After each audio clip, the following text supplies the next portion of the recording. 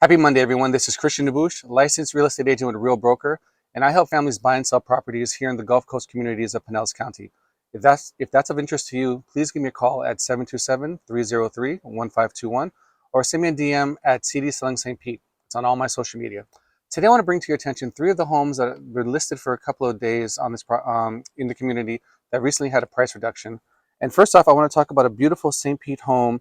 We got 4 beds, 3 baths. Listed with eXp Realty, and Trent Smith is the listing agent. We got 4 beds, 3 baths, 1,989 square feet, and it's been price has been dropped 10K to $939,900. Next property in Dunedin, Preferred Shore Real Estate has listed a 3 bed, 4 bath, 3,025 square foot property. Derek Golden is the listing agent. And this property has been reduced substantially, $330,000 down to $1,668,000. It's on the water. It's literally like it's a stone's throw from the water. It's across the street from the intercoastal.